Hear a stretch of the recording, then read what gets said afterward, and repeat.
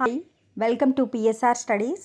ఈరోజు Telangana ICET 2024 counselling official website ఏంటి, counselling process ఏ విధంగా ఉంటుందనేది ఈ వీడియోలో చూద్దాం.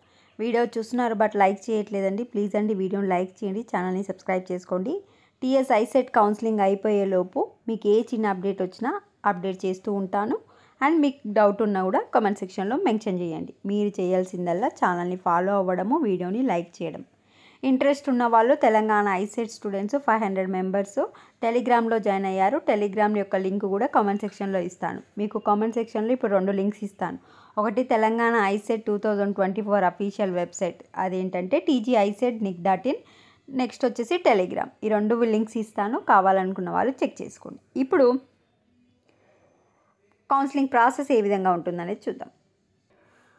నేను కామెంట్ సెక్షన్లో లింక్ ఇస్తాను కదా, లింక్ పైన క్లిక్ చేయగానే మీరు ఎంటర్ అయ్యే వెబ్సైటే Telangana ICET official website counselling. ఇగో admission into MBA MCA college 2024. So ఇది అఫీషియల్ వెబ్సైట్.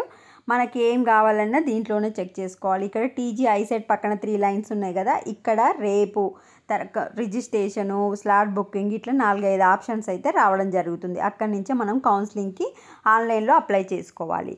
మరి ప్రాసెస్ ఏ విధంగా ఉంటుంది అంటే చూడండి.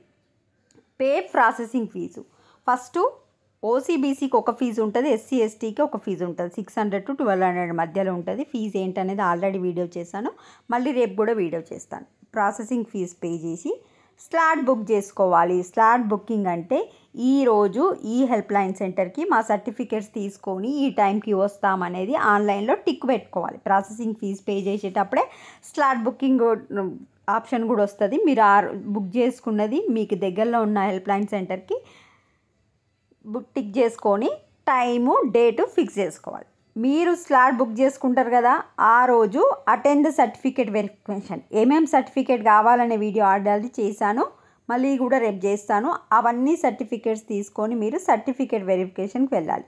అక్కడ మీ యొక్క సర్టిఫికేట్స్ అన్నీ చెక్ చేసిన తర్వాత అన్నీ కరెక్ట్ ఉంటే మీకు ఒక ఓటీపీ అనేది ఇవ్వడం జరుగుతుంది. అప్పుడు క్యాండిడేట్ రిజిస్ట్రేషన్లోకి వచ్చి మీకు ఓటీపీ పిన్ ఇట్లా 2-3 ఇస్తారు.